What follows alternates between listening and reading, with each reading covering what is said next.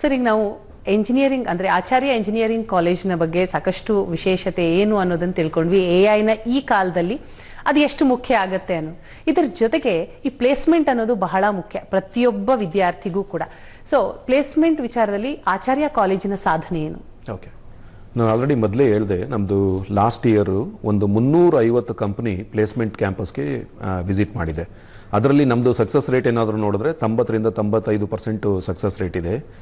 ಅದರಲ್ಲಿ minimum pay band ಬಂದು 3.2 lakhs, ಅಲ್ಲಿಂದ ಹಿಡಿದು ಹೈಯೆಸ್ಟ್ ಪೇ ಬ್ಯಾಂಡ್ 65 ಲಕ್ಷ ತನಕ ಹೋಗಿದೆ.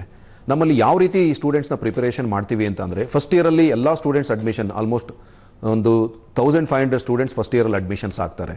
ಎಲ್ಲ ಸ್ಟೂಡೆಂಟ್ಸ್ಗೂ ನಾವು ಫಸ್ಟ್ ಇಯರಲ್ಲಿ ಒಂದು ಪ್ರೊಫೈಲಿಂಗ್ ಅಂತ ಮಾಡ್ತೀವಿ. ಪ್ರೊಫೈಲಿಂಗ್ ಏನು ಅಂತ ಅಂದರೆ, ನಮ್ಮದು ಮೋಟೋ ಏನಿದೆ, ಆಚಾರ್ಯ ಇನ್ಸ್ಟಿಟ್ಯೂಟ್ ಆಫ್ ಟೆಕ್ನಾಲಜಿ ಮೋಟೋ ಏನಿದೆ ಅಂತ ಅಂದರೆ nurturing aspiration and supporting growth ಅಂತ. ಹಂಗಂದ್ರೆ ಸ್ಟೂಡೆಂಟ್ ಆಸ್ಪಿರೇಷನ್ನು 4 ವರ್ಷ ಇಂಜಿನಿಯರಿಂಗ್ ಕಂಪ್ಲೀಟ್ ಮಾಡಿದ್ಮೇಲೆ ಜಾಬ್ಗೆ ಹೋಗಬೇಕು ಆ ಥರ ರಿಸ್ಟ್ರಿಕ್ಟ್ ಮಾಡಲ್ಲ. ಹಾಗಾಗಿ ನಾವು ಪ್ರೊಫೈಲಿಂಗ್ ಮಾಡ್ತೀವಿ. ಆ ಪ್ರೊಫೈಲಿಂಗಲ್ಲಿ we will give different options. Student interest ಏನಿದೆ ಅಂತ ತಿಳ್ಕೊಳ್ಳೋಕ್ಕೆ ಆಪ್ಷನ್ಸ್ ಕೊಡ್ತೀವಿ. ಅದು ಆಪ್ಷನ್ಸಲ್ಲಿ ಇಂಜಿನಿಯರಿಂಗ್ ಕಂಪ್ಲೀಟ್ ಆದಮೇಲೆ ಫಸ್ಟ್ ಆಪ್ಷನ್ ಏನು ಕೊಡ್ತೀವಿ ಅಂತಂದರೆ ಎಂಪ್ಲಾಯಬಿಲಿಟಿ. ಹಂಗಂದ್ರೆ ನೀವು ಇಮಿಡಿಯೇಟ್ ಜಾಬ್ ಬೇಕು ಅಂತ ಸ್ಟೂಡೆಂಟ್ಸ್ಗೆ ಒಂದು ಆಪ್ಷನ್ ಕೊಡ್ತೀವಿ. ಸೆಕೆಂಡ್ ಆಪ್ಷನ್ನು, ಇಲ್ಲ ಇಂಜಿನಿಯರಿಂಗ್ ಆದಮೇಲೆ ನಾನು ಹೈಯರ್ ಸ್ಟಡೀಸ್ನ ಕಂಟಿನ್ಯೂ ಮಾಡಬೇಕು ಅಂತ ಒಂದು ಆಪ್ಷನ್ ಇರುತ್ತೆ. ಇಲ್ಲ ನಾನು ಹೈಯರ್ ಸ್ಟಡೀಸ್ನ ಕಂಟಿನ್ಯೂ ಮಾಡಲ್ಲ, ನಾನು actually I want to become an entrepreneur, ನಂದೇ ಒಂದು ಕಂಪ್ನಿ ಶುರು ಮಾಡಬೇಕು ಎಂಟರ್ಪ್ರನರ್ ಅಂತ. ಇನ್ನೊಂದು ಆಪ್ಷನ್ಸ್ ಏನು ಅಂತಂದರೆ ಸಿವಿಲ್ ಸರ್ವಿಸಸ್ ಮತ್ತು ಕಾಂಪಿಟೇಟಿವ್ ಎಕ್ಸಾಮಿನೇಷನ್ಸು. ಆ ರೀತಿ ಇದು ಎಲ್ಲ ಲಿಸ್ಟ್ ಆಫ್ ಆಪ್ಷನ್ಸ್ ಕೊಟ್ಟಾಗ ಹುಡುಗರಿಗೆ ಪ್ರೊಫೈಲಿಂಗ್ ಮಾಡಿದಾಗ ಏನಾಗುತ್ತೆ ಅಂತಂದರೆ, we will group the student based on the interest. ನಾವು ಎಲ್ಲ ಸ್ಟೂಡೆಂಟ್ಸ್ನು ಜಾಬ್ ಮಾಡಬೇಕು ಅಂತ ಇದು ಮಾಡಬಾರ್ದು. ಆಲ್ವೇಸ್ ಸ್ಟೂಡೆಂಟ್ಗೆ ಏನು ಇಂಟ್ರೆಸ್ಟ್ ಇರುತ್ತೆ as an institution we should support and create an opportunity. That is what ಆಚಾರ್ಯದಲ್ಲಿ ನಾವು ಬಿಲೀವ್ ಮಾಡಿರೋದು. ಹಾಗಾಗಿ nurturing aspiration and supporting growth ಅಂತ. ಈಗ ಮೆಜಾರಿಟಿ ಆಫ್ ದ ಸ್ಟೂಡೆಂಟ್ಸ್ ನಾವು ಪ್ರೊಫೈಲಿಂಗ್ ಮಾಡಿದಾಗ, ನಾನು ಲಾಸ್ಟ್ ಇಯರ್ ನೋಡಿದ್ರೆ 1500 ಸ್ಟೂಡೆಂಟ್ಸ್ ಅಲ್ಲಿ ನಾವು ಪ್ರೊಫೈಲಿಂಗ್ ಮಾಡಿದಾಗ 180 students they have express that they want to become an entrepreneur. ಹಂಗಂತಂದ್ರೆ ನಾನು ಸ್ಟಾರ್ಟ್ಅಪ್ ಮಾಡಬೇಕು, ಎಂಟರ್ಪ್ರನರ್ ಆಗಬೇಕು. ಹಂಗಂದ್ರೆ 11% of the student, 11% students entrepreneur ಆಗಬೇಕು, ಸ್ಟಾರ್ಟ್ಅಪ್ ಮಾಡಬೇಕು ಅಂತ ಇಂಟ್ರೆಸ್ಟ್ ತೋರಿಸ್ತಾ ಇದ್ದಾರೆ. ಹಾಗಾಗಿ ನಮ್ಮಲ್ಲಿ ಇನ್ಕ್ಯುಬೇಷನ್ ಸೆಂಟರ್ ಇದೆ, ಆಯ್ತಲ್ಲ. ಹಾಗಾಗಿ ನಮ್ದು ಐಡಿಯೇಷನ್ ಸೆಲ್ ಇದೆ. ಹಾಗಾಗಿ ನಮ್ಮ ಹತ್ರ EDI ಜೊತೆ ನಾಲೆಡ್ಜ್ ಪಾರ್ಟ್ನರ್ ಆಗಿದ್ದೀವಿ, entrepreneurship development institute. Student idea ಇಂದ ವ್ಯಾಲಿಡೇಷನ್ ಮಾಡಿ, ಬಿಸ್ನೆಸ್ ಪ್ಲಾನ್ ಪ್ರಿಪೇರ್ ಮಾಡಿ, ಪ್ರೋಟೋಟೈಪ್ ಮಾಡಿ, ಪಿಚಿಂಗ್ ಮತ್ತೆ ಫಂಡಿಂಗ್ ವರೆಗೂ ನಾವು ಸಪೋರ್ಟ್ ಮಾಡ್ತೀವಿ. When it comes to placement ಅಂತ ಬಂದಾಗ, it is not just only place the student in to company. ಅದು ಎಲ್ಲಾ ಕಾಲೇಜಸ್ ಮಾಡ್ತಾ ಇರುತ್ತೆ. ಬಟ್ ಆಚಾರ್ಯದಲ್ಲಿ ಆಲ್ವೇಸ್ ವಿ ಬಿಲೀವ್ ಅವ್ರದ್ದೇನು ಆಸ್ಪಿರೇಷನ್ಸ್ ಇರುತ್ತೆ ಅದಕ್ಕೆ ಸಪೋರ್ಟ್ ಮಾಡಬೇಕು ಅಂತ. ಮತ್ತೆ ಪ್ಲೇಸ್ಮೆಂಟ್ಸ್ ಅಲ್ಲಿ ಯಾವ ರೀತಿ ಪ್ರಿಪೇರ್ ಮಾಡ್ತೀವಿ ಅಂದ್ರೆ, ಫಸ್ಟ್ ಇಯರ್ ಅಲ್ಲಿ ಸ್ಟೂಡೆಂಟ್ ಏನು ಪ್ಲೇಸ್ಮೆಂಟ್ಸ್ಗೆ ಇಂಟ್ರೆಸ್ಟ್ ಇರುತ್ತೆ ಎಲ್ಲಾ ಸ್ಟೂಡೆಂಟ್ಸ್ಗೂ ನಾವು ಪ್ರೊಫೈಲಿಂಗ್ ಆದ್ಮೇಲೆ ಒಂದು ಪ್ರೀ ಅಸೆಸ್ಮೆಂಟ್ ಅಂತ ಮಾಡ್ತೀವಿ.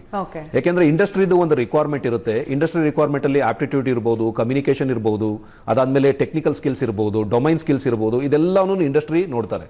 ಹಾಗಾಗಿ ನಮ್ದು 350 ಕಂಪನೀಸ್ ಏನ್ ವಿಸಿಟ್ ಮಾಡಿದೆ, ಆ ರೆಕ್ರೂಟರ್ ಹತ್ರ ನಾವು ಕೂತು ಏನ್ ನಿಮ್ಗೆ ಎಕ್ಸ್ಪೆಕ್ಟೇಷನ್ ಇದೆ ಅಂತ ನಾವು ಅವ್ರ ಹತ್ರ ರಿಕ್ವೈರ್ಮೆಂಟ್ ನ ಕಲೆಕ್ಟ್ ಮಾಡಿ, ಆ ರಿಕ್ವೈರ್ಮೆಂಟ್ಗೆ ನಾವು ಪ್ರೋಗ್ರಾಮ್ ನ ಡಿಸೈನ್ ಮಾಡಿ ಫಸ್ಟ್ ಸೆಮಿಸ್ಟರ್ ಇಂದನೇ ನಾವು ಎಂಪ್ಲಾಯಬಿಲಿಟಿ ಕೋರ್ಸ್ ಅಂತ ಟ್ರೈನಿಂಗ್ ಕೊಡ್ತೀವಿ. ಹಾಗಾಗಿ ಎವ್ರಿ ಸೆಮಿಸ್ಟರ್ VTU ಅಫಿಲಿಯೇಟೆಡ್ ಅಲ್ಲಿ ಏನಾಗುತ್ತೆ ಅಂತಂದ್ರೆ, ಯೂನಿವರ್ಸಿಟಿ ಕೋರ್ಸಸ್ ನ ಪ್ರಿಸ್ಕ್ರೈಬ್ ಮಾಡುತ್ತೆ. ಆ ಕೋರ್ಸಸ್ ನ ಎಲ್ಲಾ ಕಾಲೇಜಸ್ ಡೆಲಿವರ್ ಮಾಡ್ತಾರೆ. ಬಟ್ ಆಚಾರ್ಯ ಇನ್ಸ್ಟಿಟ್ಯೂಟ್ ಆಫ್ ಟೆಕ್ನಾಲಜಿಲಿ ಏನಾಗಿದೆ ಅಂತಂದ್ರೆ, along with VTU prescribed syllabus, university ಏನು ಸಿಲೆಬಸ್ ನ ಪ್ರಿಸ್ಕ್ರೈಬ್ ಮಾಡಿದೆ, ಕೋರ್ಸಸ್ ನ ಏನು ಪ್ರಿಸ್ಕ್ರೈಬ್ ಮಾಡಿದೆ, ಅದ್ರ ಜೊತೆಗೆ we have A comprehensive academic frame work ಅಂತ ಕರಿತೀವಿ. ಅದರಲ್ಲಿ ಎಂಪ್ಲಾಯಬಿಲಿಟಿ ಕೋರ್ಸ್ ಒಂದಿರುತ್ತೆ, ಅದಾದ್ಮೇಲೆ ವ್ಯಾಲ್ಯೂ ಆಡೆಡ್ ಪ್ರೋಗ್ರಾಮ್ಸ್ ಅಂತ ಇರುತ್ತೆ. ಹಂಗಂದ್ರೆ industry oriented hands on training ಇರುತ್ತೆ ಎವ್ರಿ ಸೆಮಿಸ್ಟರ್. ಮತ್ತೆ ಮೂಕ್ ಕೋರ್ಸಸ್ ಇರುತ್ತೆ, ಮ್ಯಾಸಿವ್ ಓಪನ್ ಆನ್ಲೈನ್ ಕೋರ್ಸಸ್ ಅಂತ. ನಾವೆಲ್ಲಾ ಸ್ಟೂಡೆಂಟ್ಗೂ ಲಿಂಕ್ಡ್ಇನ್ ಇರ್ಬೋದು ಅಥವಾ ಕೋರ್ಸೆರಾ ಇರ್ಬೋದು, ಇದನ್ನೆಲ್ಲ ಫ್ರೀ ಅವಕಾಶ ಕೊಡ್ತೀವಿ, ಅನ್ಲಿಮಿಟೆಡ್ ಲೈಸೆನ್ಸಸ್ ನ, ಆಯ್ತಲ್ಲ. ಅದ್ರ ಜೊತೆಗೆ ಏನು ಅಂತಂದ್ರೆ, ಇಂಡಸ್ಟ್ರಿ ಜೊತೆ ಆಲ್ರೆಡಿ ಟೈಅಪ್ ಆಗಿದೆ ವಿತ್ ಸ್ಪೆಷಲೈಸೇಷನ್.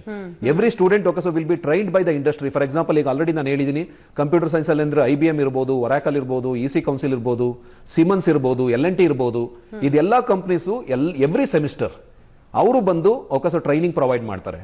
ಹಾಗಾಗಿ ಏನಾಗುತ್ತೆ ಅಂತ ಅಂದ್ರೆ, ನಮ್ದು ಅಕಾಡೆಮಿಕ್ ಏನಿದೆ ಫೌಂಡೇಶನ್ಸ್ ಅದನ್ನ ನಾವು ಬಿಲ್ಡ್ ಮಾಡ್ತೀವಿ.